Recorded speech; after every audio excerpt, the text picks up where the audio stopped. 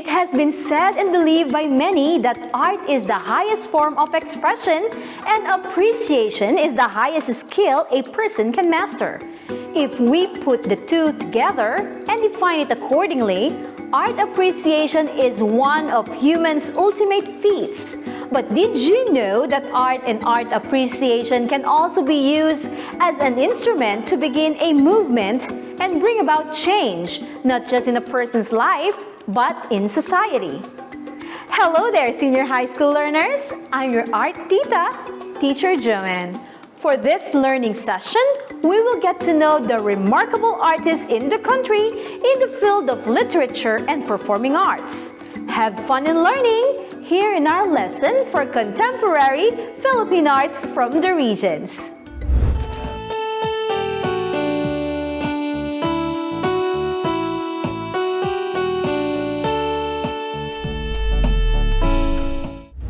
I am excited as to what is in store for you. So get your pen and paper ready for a simple artwork from another art tita, plus a performance using visual arts. Open your mind for creative art expression. Are you ready? I do know you are. Let's first play our picture word game. Let's see how well do you know the national artists of the Philippines. I will flash a photo associated with the art that our national artist is known for and choose the national artist from the list. Picture word. Name the artist. Question 1 of 3. Who is the national artist recognized as the only man who could play music with a lift by the Guinness Book of World Records? Levi Silerio, Andre Veneracion, Lucio San Pedro, Felipe Padilla de Leon.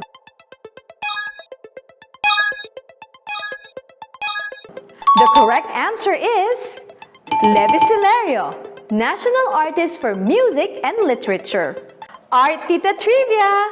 Aside from being the only lift player in the world, the late national artist Levi Silerio was able to compose more than 4,000 original Filipino music pieces in his lifetime, including your favorite Christmas songs like Ang Pasko Ay Sumapit, Pasko Na Naman, and Misa de Gallo, the favorites of every Filipino caroler.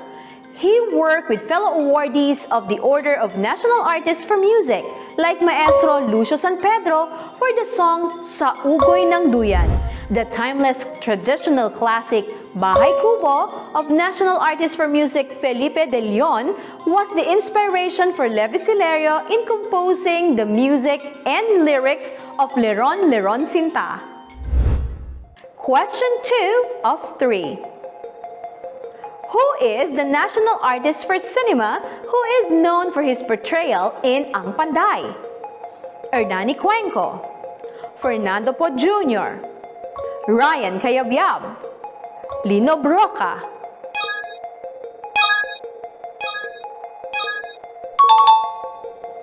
The correct answer is Fernando Po Jr. Art Tita Trivia! The Filipino masses love our national artist for cinema, Fernando Po Jr., as an actor for his portrayal of roles in his films reflecting their lives. He worked with national artists for music Hernani Cuenco and Maestro Ryan Cayabyab, brilliant composers who wrote songs and musical scores for his films. Philippine cinema in the 1970s showed violence, abuse of power, and social problems, which were also the consistent themes poignantly portrayed in the movies made by national artist for cinema, Lino Broca. Question 3 of 3. Who is the national artist known for his works in comic illustrations that were made into films? Eddie Romero, Gerardo de Leon, Larry Alcala, Francisco Coching.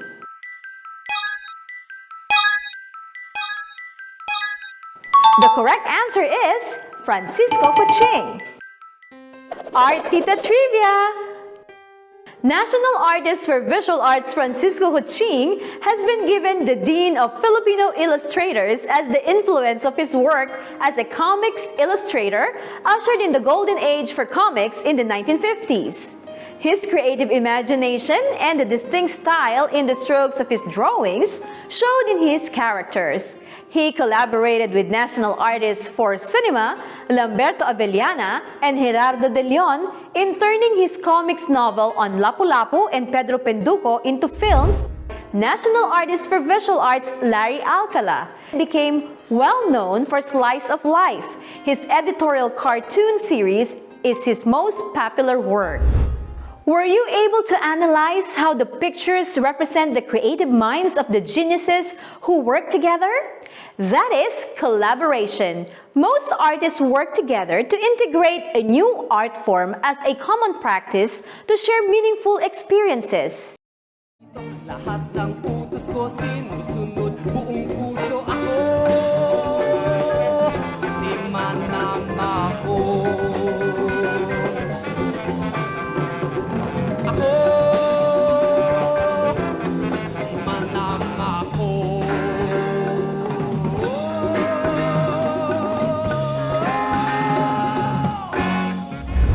The national artists that we are featuring share the passion for the arts and their love for their country. Let me introduce to you the pride of my province, Pangasinan. In Rosales lives 95-year-old national artist for literature, Francisco Sionil Jose. His early life was difficult as he lived in poverty as a farm boy, but his creative imagination and brilliance in writing in the English language brought him to almost all parts of the country and around the world. Get to know the work of Francisco Sionil Jose from this NCCA video. Ang panitikang nililikha ni Francisco Sionil Jose ay matapang na nananaghoy para sa karapatang pantao, etiko o marangal na tuntunin at katarungang panlipunan. Writing has always been a part of our academic life. To become an effective writer, here is a tip from National Artist for Literature, Bienvenido Lumbera, who is renowned for his literary work in Filipino. Yung wikang Tagalog, wikang Filipino, ay tuwirang umuunay sa mga mambasang Pilipino. The focus of our national artist is to enrich our sense of nationalism and be proud of who we are as Filipinos. Here is an interview by our friends from Art Republic with national artist Virgilio Almario, also known as Rio Alma, in his literary work. Kaya napakahalaga na ang lahat ay sumama sa pagpapahaba ng ating gunita. Tuklasin natin yung nakaraan, hanapin natin yung magaganda sa nakaraan. Dahil sa pamagitan ng paghahanap sa magaganda sa nakaraan, nagkakaroon tayo ng karangalan sa ating sarili. It is enriching to know how history and arts contribute to our culture as Filipinos. Professor Ramon Santos will share with us how he responds to the challenge as a national artist for music, a culture bearer of the arts. Basta yung buhay ko, inilaan ko sa musika. Nabigyan ako ng award, fine, thank you. Now, meron akong greater responsibility, to promote our culture. Ang kultura kasi talagang hindi mo masusuklian ng kahit anong salapi. Yung kultura kailangan pagyamanin sapagkat yan lang ang natitirang kakanyahan sa atin. I have discovered the love for doing short films and incorporating broadcast skills from the lessons I have learned from national artist for film and broadcasting, Eric Digia, more popularly known as Kidlat Tahimik. I'm also the main actor, so I play Kidlat Tahimik in that film. So, habang nakikita ko sarili ko doon sa maliit na screen, pabalik-balik, fast forward, fast backward, lahat, it became me. Ever since that time, I've tried to be Kidlat Tahimik. Learning is fun when we learn from a great artist. With the experience I have had with Kidlat Tahimik, I will be able to transfer the knowledge to my learners as it inspires me to create short films and write scripts for broadcast, film, and theater. Hello, Artita Joanne, and hello, learners. Well, I am inspired by the great work of national artist for theater Amelia La Peña Bonifacio. And I'm here with my friend Jardo. Hello, learners! Hello, our Tita Joanne! I learned that you are discussing renowned artists in the field of literature and performing arts. Today, I'd like to share my love for another type of art that is somehow connected to both, that of making cutouts for shadow puppetry. So here we are with our art materials. We will show everyone how to make puppets for a shadow play. When we are done making our puppet, some of our friends will perform the script that our Tita Joanne has written. Are you ready? Let's start! For our puppet, we are going to need the following materials. Use for new cartons. We are also going to use the following: Paper fasteners, sticks, scissors, a thin screwdriver, pencils, a glue stick, and a glue gun. We are going to draw the main parts of our puppet, which are the head, the torso, and the limbs.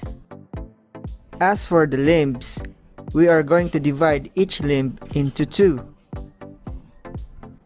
We will draw the upper arm and the lower arm. For the lower limbs or the legs, let's do the same. But we will adjust the sizes since the legs are a little bit bigger than the arms. Now we have a head, a torso, and limbs. Step 2. After drawing, cut the pattern. Voila! There you go, learners. We now have a dismembered body. Just kidding! To put our puppet together, we are going to put joints. This is where we will punch holes into our puppet. Remember, be careful! Now that there are holes, you can now insert the paper fasteners, like this.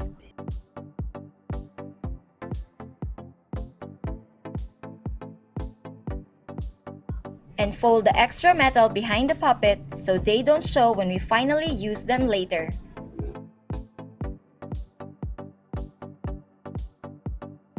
Don't worry if your puppet looks imperfect. The beauty in shadow puppetry is that it doesn't have to be perfect, just like in the real world. Nobody is perfect, but there is beauty in imperfections. Now would you look at that? Isn't that amazing? We now have our puppet made of simple materials. To make it move, let's attach some sticks.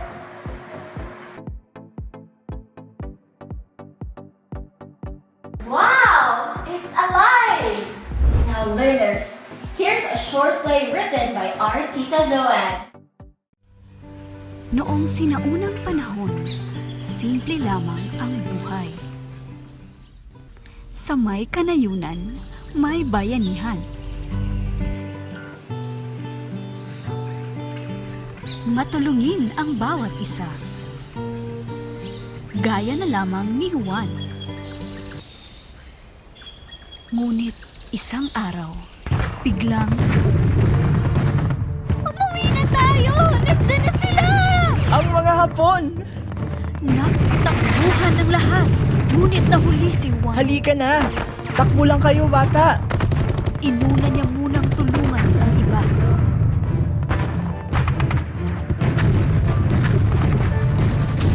Balang araw, magiging sundalo ako. In charge ka, Sargento Juan de la Cruz Jr. Sir, yes sir! Oh! Mauna ka na! Iligtas mo na ang sarili mo! Hindi! Tutulungan kitang umalis dito! Sabay tayong aalis dito! Salamat kapatid! Magkaiba man tayo ng paniniwala. Binago mo ang paningin ko sa sundalong tulad mo. Ang pagtulong sa kapwa ay minana ko pa sa aking mga ninuno. Mga bata, salamat at nasa paaralan na kayong muli. Ikaw ang superhero ko, Sir Juan Jr. Ang galing niya naman po, Sir Juan. Tumulong kayo kahit sa mga katulad naming Muslim. Balang araw, Magiging bayani rin ako tulad mo. Ako rin ang poprotekta sa'yo kapag nasa panganib ka. Ang saya siguro kung patuloy pa rin tayong magtutulungan at nagkakaisa. Magiging maganda na ang pamumuhay natin sa hinaharap. Tama mga bata, minsan ang nangarap ang aking lolo. Tulad nyo, ako ay nakasaksi sa kabutihan niya sa bayan. Ginaya ko din ang lolo ko na handang ibuwis ang buhay para sa kapayapaan. Samahan niyo akong palaganapin ang kapayapaan sa ating bansa. Art is truly a dynamic educational tool. It doesn't only amaze your eyes, but also touches your heart. No wonder our renowned national artists use art as a tool to bring their message and advocacy into the world. Do you agree, Art Tita Joanne? Yes, I do believe that art is powerful in sending a message that can bring people closer together. Thank you, Artita Nexus and friends, for sharing your amazing talent. I hope you enjoyed our lesson for today as much as we did. Our national artists dedicated their lives to learning how to improve their art. Keep on doing the same too. Until next time, I'm your art tita, Teacher Joanne. Be inspired and keep the passion for the arts alive. Bye and God bless.